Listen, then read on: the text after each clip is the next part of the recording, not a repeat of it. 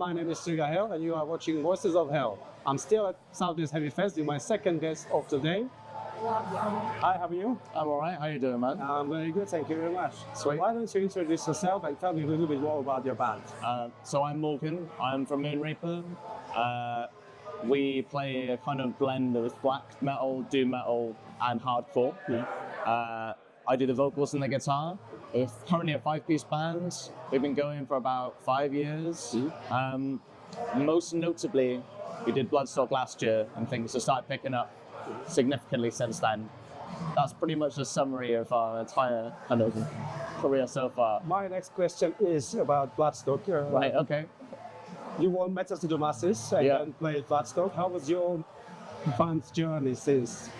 Since then? Yeah. Since it's, we've had so many more shows, the volume of shows has increased quite drastically.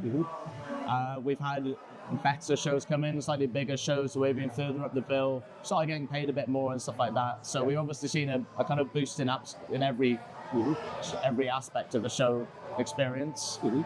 Other than that, you know, we've been back in the studio and stuff. I'm sure we'll talk about that in a bit. And so we haven't been utilising every single show that we've been offered, but there's definitely been an increase for sure, which is nice. Yeah, that's very nice. You released your EP on 2021. Yeah. Are you working on your debut album? Yeah, not that, wow. Album, no, but we do have another EP coming out next month, but we haven't announced it yet. So. All right, all right. Yeah, it will be coming out very soon, next month. But it's not an album. We were going to do an album, but the people we wanted to work with, because they offer a very high quality service, couldn't quite afford to do the amount of tracks it would have taken to make up an album. So we went with another EP as well. But we're waiting for the day. When we do our first album, everything's got to be perfect, and everything's got to be exactly the way we want it, and we don't want to make compromises on anything. And if that means waiting longer to do it, then so be it. So be it. Why did it take so long to do another EP? Why did it take so long? That's a tough question, man. Things get in the way. Shows, Metal to the Masses. As soon as that began, everything else became a kind of secondary thought. Because we really tried. We obviously tried very hard for that. So like regular rehearsals, prepping kind of stage presence, and building proper set lists takes a bit of time. So things like recording, demoing tracks, and getting artwork and merch together takes a backseat temporarily. Hence why it's been delayed, because we did want to release last year, but then the whole Bloodstock stuff kind of took over from there, really. I'd say that was the main reason why it's been delayed. Other than that, it just takes long for everyone to agree on something. Everyone to agree, like, I like this artwork, I want to do this track, I want the guitar tone to sound like this. I want to change the song again, which seems to be something that we keep on doing. But yeah, that's why it's taken so long. If you're a female-fronted band, do you think it's easier for you in general, or is it harder? I think, although I can't speak for the female in the band, I would say that some parts are easier and some parts are harder.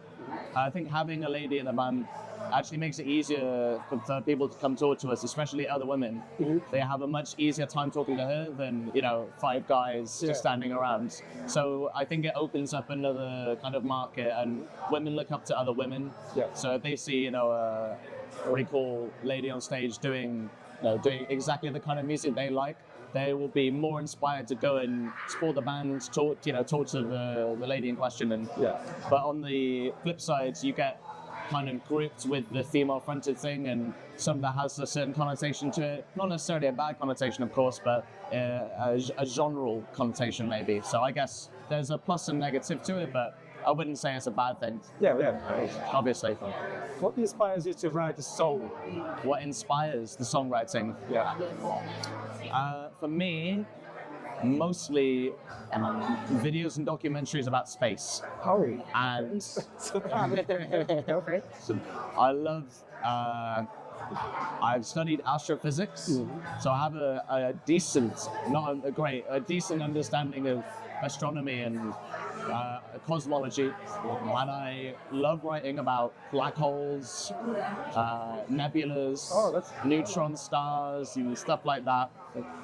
And that's mainly because I don't want to write about everything else that a metal band would write about stereotypically, or any band for that matter. So if I see a cool video about something, or if I've got a couple of good books, sometimes I'll read a certain phrase and I'll go, that's a cool phrase, I want to learn more about it. I'll do some research and then maybe write a song or name a song after it, perhaps. Who's writing lyrics in the band? Me. It's me. So that inspires you too? Yeah, absolutely. So there's no band inspiration or music inspiration? For the lyric writing, no, none at all. I wouldn't say that I look at other bands' lyrics and go, I'm gonna write something like this, or I like the way that they've pieced it together.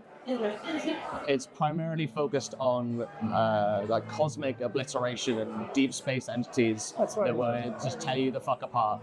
And that's the stuff I like. I love writing about. If there's songs about space and songs that are space inspired, I obviously take a great personal interest in it.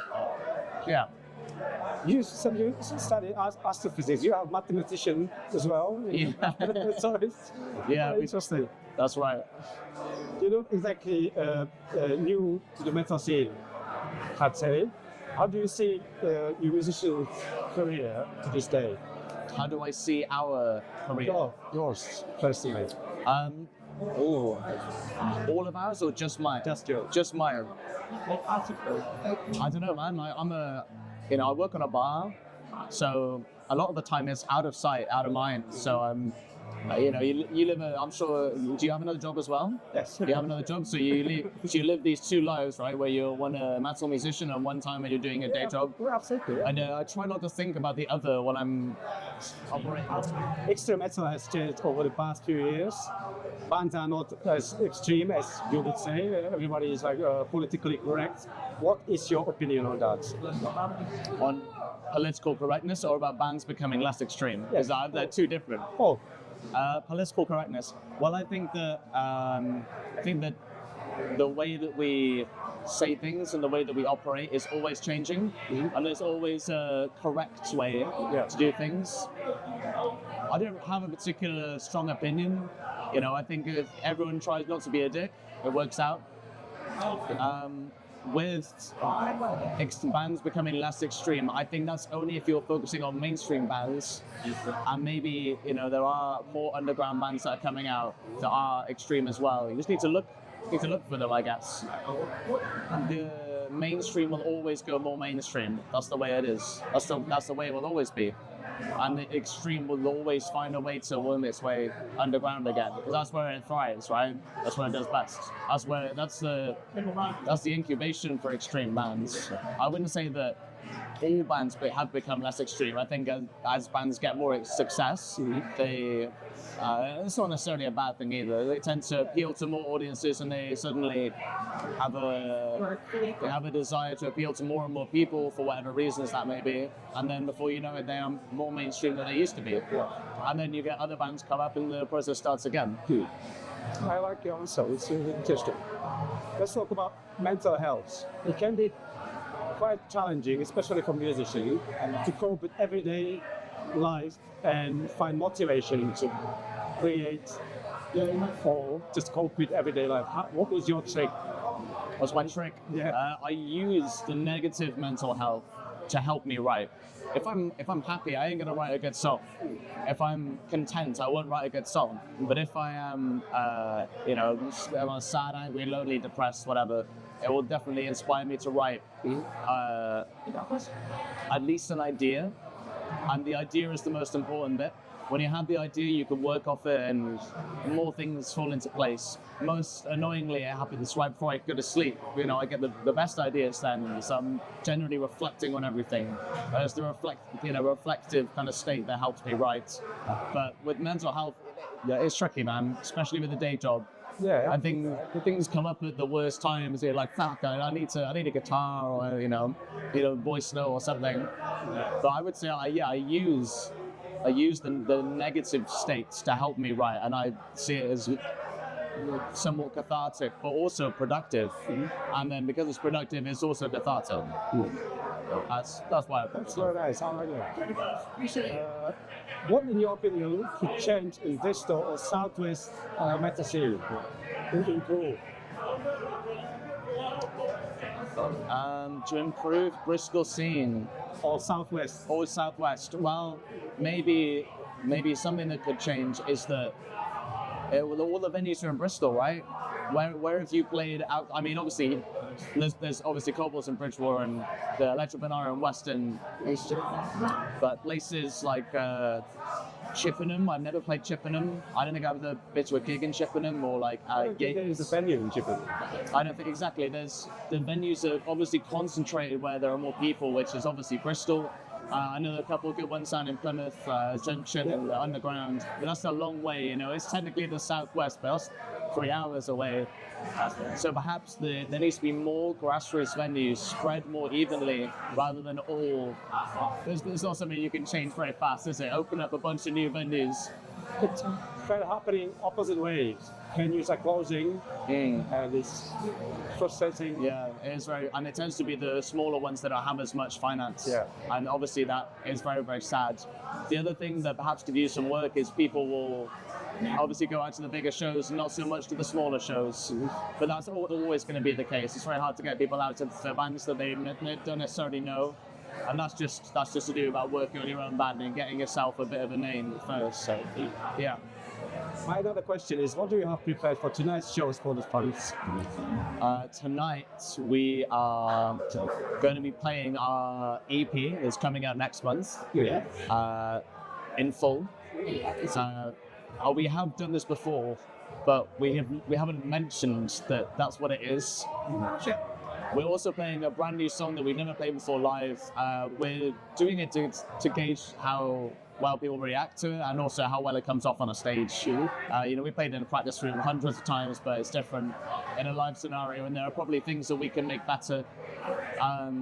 So yeah, new song, EP in full. Gonna see how it goes. It's only half an hour, but I'm really looking forward to see that. oh, thank you. My last question is, which festivals or gigs you were attending this year?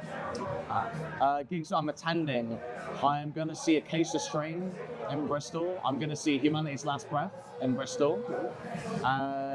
Festivals, I'll probably go to Bloodstock again.